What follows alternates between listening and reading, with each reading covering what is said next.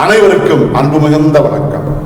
செல்வராமாயணம் என்னும் இலக்கண பாடல்களும் இலக்கிய சுவையும் கொண்ட புதிய ராமாயண காவியத்தை புனைய வைத்த என் இறைவன் ராமனை நன்றியுடன் வணங்கி மகிழ்கிறேன்.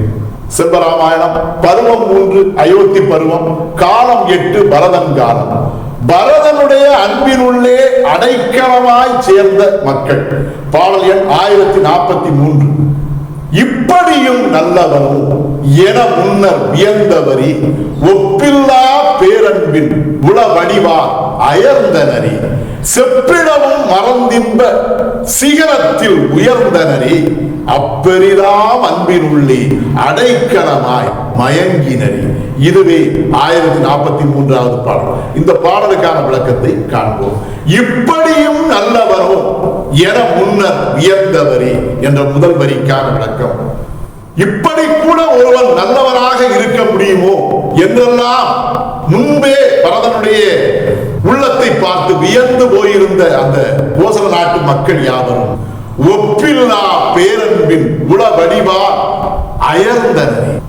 ஒப்பே செய்ய முடியாத அளவுக்கு, ஒப்பிடவே முடியாத அளவிலே பெரும் பேரன்பு கொண்ட இறைவனின் பேரன்பு போலவே விளங்கக்கூடிய பரதனுடைய உள்ளம் கொண்ட அந்த பேரன்பு உள்ள வடிவால் அந்த மக்கள் யாவரும் அயர்ந்து போயினர், மயங்கி போயினர். இப்படி கூட ஒரு உள்ளம் இருக்குமா, இறைவனின் உள்ளம் போன்றே இருக்கிறதே என்று அவர்கள் மயங்கி போயினர். செப்பிடவும் மறந்தின்ப சிகரத்தில் உயர்ந்தனரே.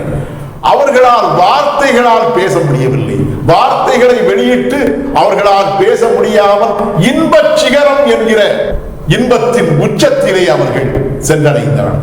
அப்பெரிதாம் அன்பினுள்ளே அடைக்கலமாய் மயங்கினரே. அந்த பரதன் என்கிற அவன் வெளியிட்ட அந்த பெரிய அன்பினுள்ளே, பேரன்பினுள்ளே அவர்களுடைய உள்ளம் அடைக்கலமாய் சென்று அந்த மக்களும் அவனுடைய அன்பினுள்ளே அடைக்கலமாய் சென்று மயங்கி போய் கிடந்தனர். இதுவே 1043வது பாடலுக்கான விளக்கம்.